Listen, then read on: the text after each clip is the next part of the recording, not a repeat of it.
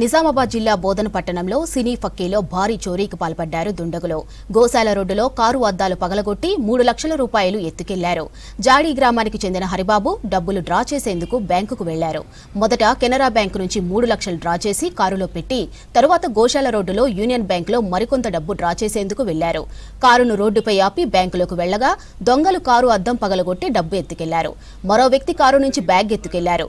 బాధితుల ఫిర్యాదుతో కేసు నమోదు చేసి దర్యాప్తు చేస్తున్నారు పోలీసులు.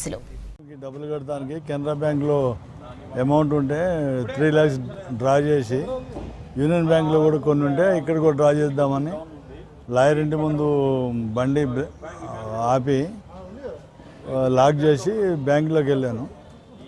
వెళ్ళి బయటికి అంతా 10 minutesలో బయటకు వచ్చేసరికి అద్దం బ్రేక్ చేసి డబ్బులు దొంగిలించి తీసుకెళ్లారు. 3 lakhs కవర్ ఉండే. నాకు ఏ అనుమానం ఏం లేదు సార్. నేను